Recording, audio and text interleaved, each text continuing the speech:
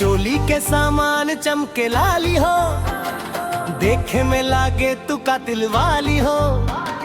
दिलवा हमार ले गईलू चुपके से, रात भर कर दिल हलचल खाली हो।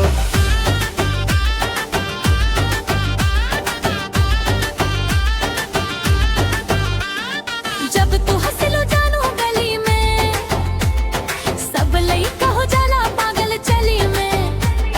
नैनवा से मारे लो बिजली के झटका, हम तो फंस गई नी तोहरे जाल में। कमरिया हिले तो डीजे बजेले, दिलवा करे बस तोहरे सजे।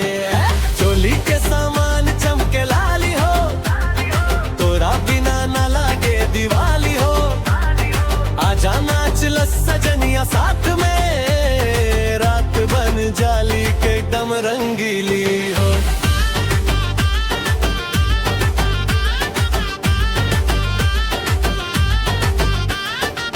लिपस्टिक लाल गाल गुलाबी ते, देख के तोहरा दिल हो गईल खराबे।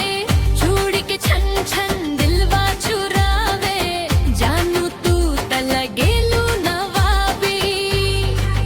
आजा नच्चिज हो टिकटॉक से डायल है, तोहरे पीछे फंस गईल हम वाइल है।